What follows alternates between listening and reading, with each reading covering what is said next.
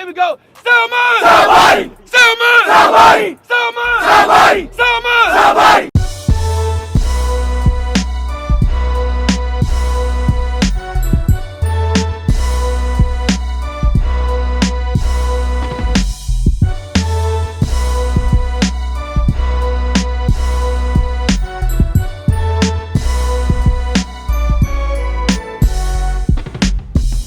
My name is Jalisa Bannerman. I'm here at Sound Mind, Sound Body. I'm the lead journalist, and we have here Clement, and we're just going to be talking a little bit about what he has been doing with Sound Mind, Sound Body over the years.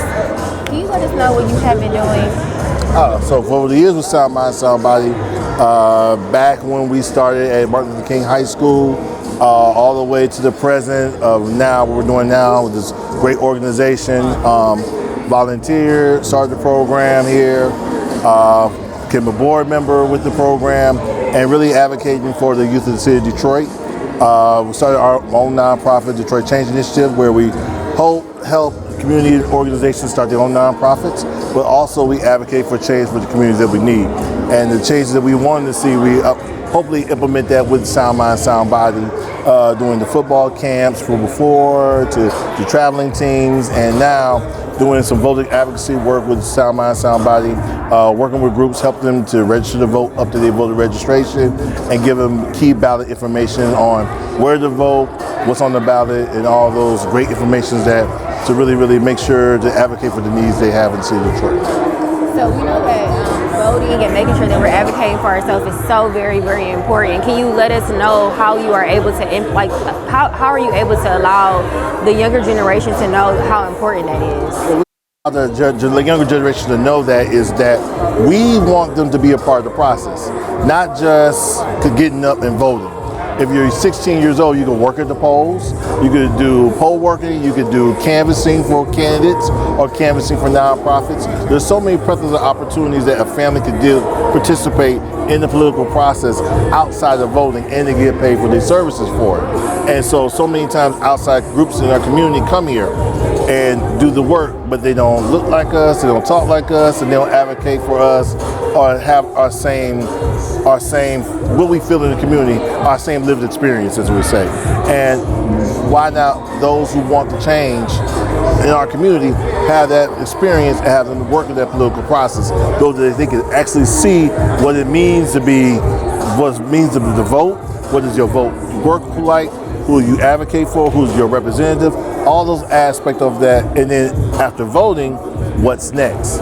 How to really hold your elected officials accountable. Okay, so we know that majority of what we were able to do today, it was because you were able to sponsor Sound Mind, Sound Body. Can you let us know exactly what took place today and how you played a role in it? Oh yeah, what took place today, we were able to sponsor folks who raised some funds and doing some voter education work, advocacy work, and then having people who were part of Sound Mind, Sound Body work for our organization and also volunteer their hours. With your guys' help, we were able to be a process of registering over 5,000 people in the city of Detroit with the great organizations. That's just not something that happens all the time.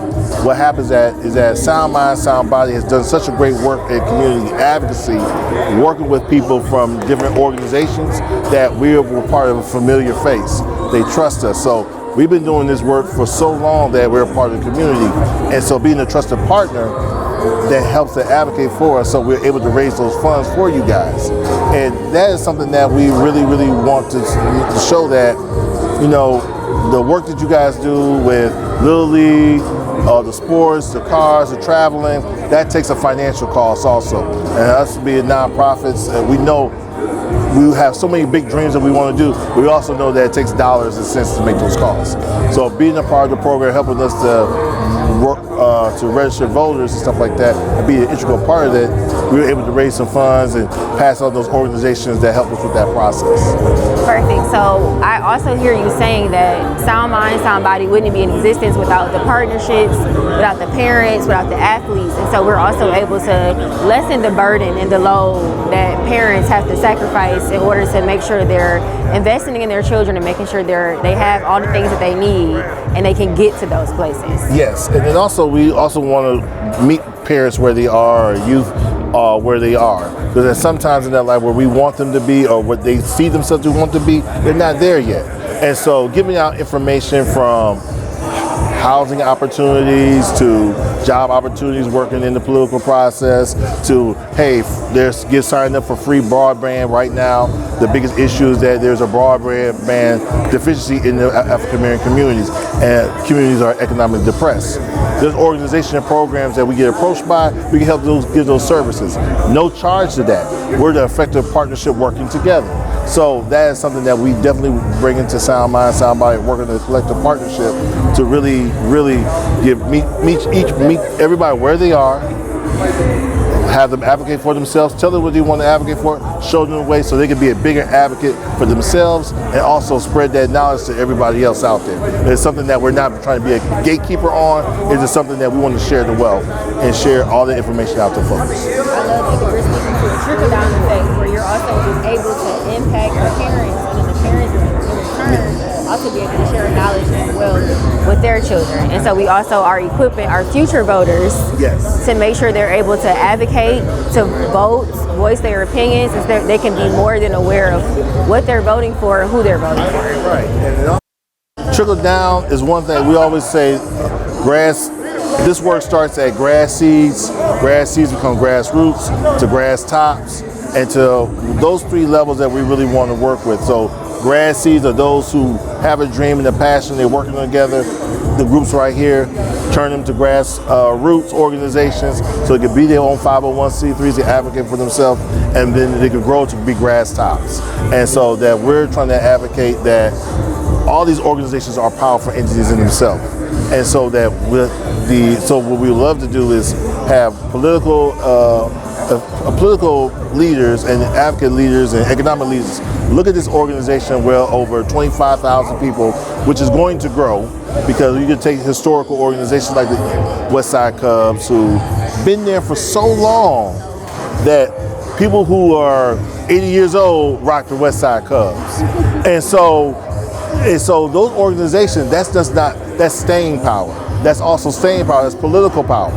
And those are the powers that they may not know they have, but they have that. So a 25,000 people organization really turns into 60 to 70,000 people organization with all of Metro Wayne County, also part of Oakland County, also part of Macomb County. So you're talking about a whole growth aspect of southeastern Michigan from Sound Mind, Sound Body organization, working with each different organization. So it becomes a great, massive, it's like a collective bubble where all the sources come. It's like one zip code. We're talking about the Metro Detroit. Metropolitan Southeastern Michigan area.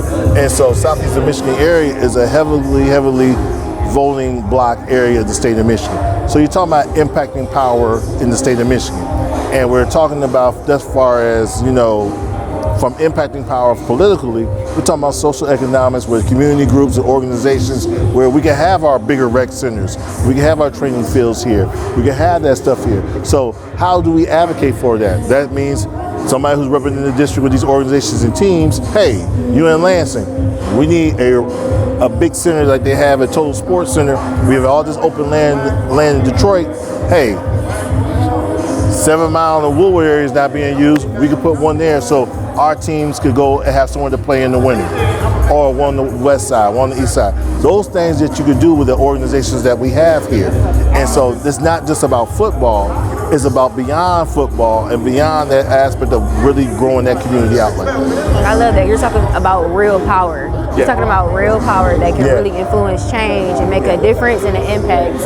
And this is something that is not something where everybody needs to collectivize or pontificate about pontification or nothing like that, or go to certain sources. The people in this group and these organizations have the power right now. That means us working together, working on the plan, having a plan, or it's been several roadmaps there right now, that we just need to just go out there and just do the work and work together. I love that. I think that's a great way to close. We have responsibility to do the work. Yes. We have resources to do the work. We have the knowledge and the power. And like you said, people are able to be met where they are. Yeah. So you don't have to come knowing every single little detail, every single little thing, but we still have the power to influence and to make a huge impact. Yep, and then we always welcome to share. We're always welcome to work with any organization, and that's where we are with it. So we always share the wealth. This is something that's not hidden. It's something that you got to sign up for a membership fee or nothing like that, or buy my book. No, you ask me, I have it. Here you go. This is what you got to do. It's up to you to do it. If you don't do it, or you need help to do it, then there's other organizations. I'll point you in the direction that'll help you. Perfect. And thank you so much for your time and for everything that you were able to allow us to accomplish today. Oh no, thank you. Thank you for having me. Let's try to be a blessing. Thank you. You're welcome.